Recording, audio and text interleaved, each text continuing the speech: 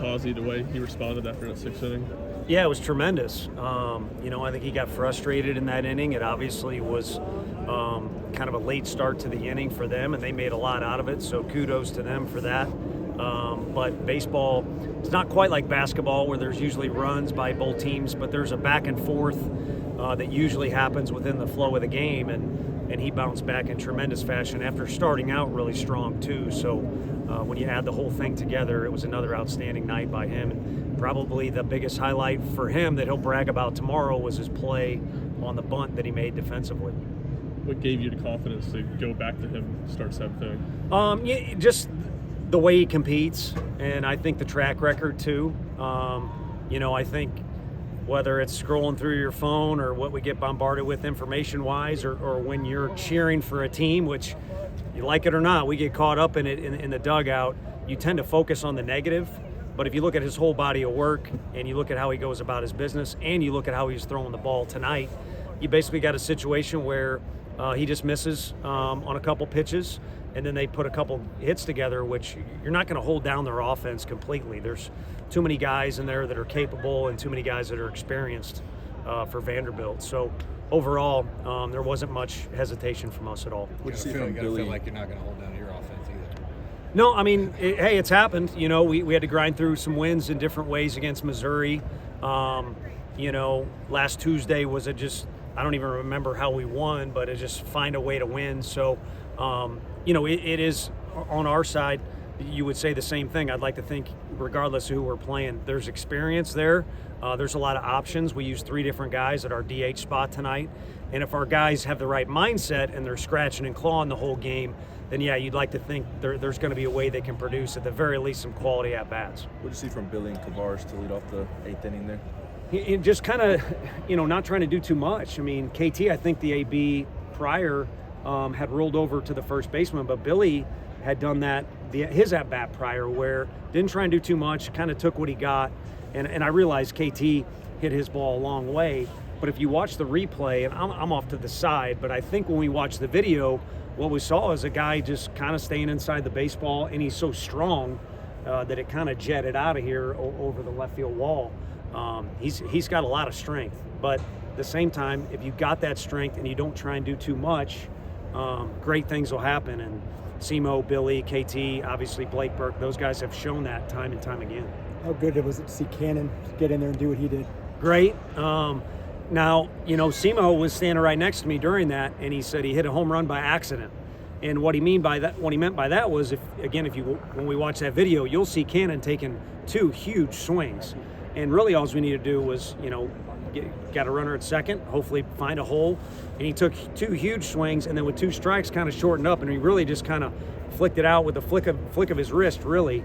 And, he joked it was an accidental home run, but it wasn't the intent of the swing. It was the ability of the kid. If he gets the bat on the ball, it'll go for him, too. He's really strong. You guys have seen him do great things before.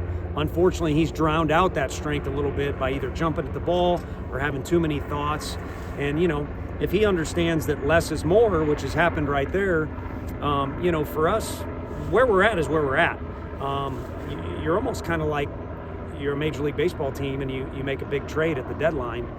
If you can, get a version of either him or some other guys that, again, have drowned out what their true ability is just by trying to do too much. And, hey, I'm all for guys that want to win, and I'd rather have guys trying to do too much because they're in the battle and they want to do well. But, again, you guys have seen him do great things, as have I. It can be frustrating for everybody, and so it was nice to have a moment where he just kind of, again, he took what he got and was able to flick it over the right field fence. Why specifically him in that situation instead of somebody else? That's one of their best arms out of the bullpen. He's really tough on righties, so I think to highlight what Ensleys did, was important because that was a short swing through the middle. It was loud off the bat. I mean, Ensleys got strength too, and he's not trying to do too much.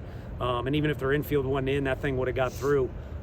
So kudos to him for doing well there, but that guy's really tough, and we were just kind of looking for what we thought was the best matchup in the situation, and good players make you look smart. Season high in strikeouts for Stom. What'd you see from him early on? Yeah, he was good. He was sharp. Even his misses were really good. So I think that would be the thing that stuck out the most is, you want your misses to either be productive or good ones. That can sound kind of backwards if you haven't messed with pitchers or you haven't, coached before. But I think he was sharp, and I think he's gaining some momentum as far as understanding what his role is, how to handle it, and things like that, and how to do so on the road as well as at home. And it's been nice to see him develop that way. It's kind of interesting because he's an older guy. I mean, I don't even know how old the kid is.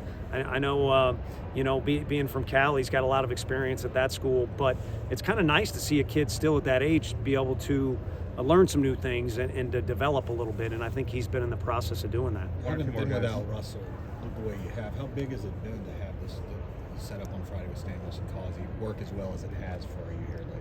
Yeah, it's been huge because what we wanted was on opening day, when Russell and any of our starters were not built up to go 100 pitches, was we really wanted to win the first game of the season. That's the first game you're thinking about for a month and a half while guys are on campus. So we wanted to be Russell and Causey. And so who's going to fill Russell's shoes? Nobody. And I say that with all due respect. Now, our guy we're starting tomorrow is kind of different how he does it, and they've got different strengths and stuff. But I don't know that we'll have another guy like Russell, A.J. Russell, that is, in our program for quite a while. So no one's going to replace him, but you just need to get outs. It doesn't have to be fancy. It can be a bunch of different ways. And so technically, we've still got that 1-2 combo dating back to opening day because Stom has approached it in a mature fashion.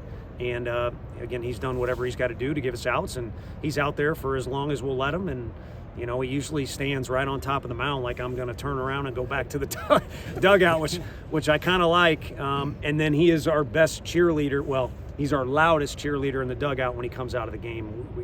We had to tame him down a little bit tonight. Is there program confidence that you guys have against them that you've kind of earned over the last couple of years? Is that such a thing? No matter how a game is going, that you kind of have a confidence against these guys? No, I think this team, and I'm going to quote a few former players. I would say this team, regardless of the setting, and again, Tuesday was a really frustrating game too. We were able to come from behind tonight. I think this team's got its own kind of flavor or brand to it, and they seem to forge ahead. And it hasn't always gone our way, but regardless of circumstances, you'd like your team to continue to compete. And I think because we have some leadership and we got some guys that got some dog in them, they continually push forward a little bit. Again, if you got some talent, then it can work out in your favor. So, again, find a way to win the game earlier in the week, find a way to win the game today, and then tomorrow is all about how can we find a way to go 1-0.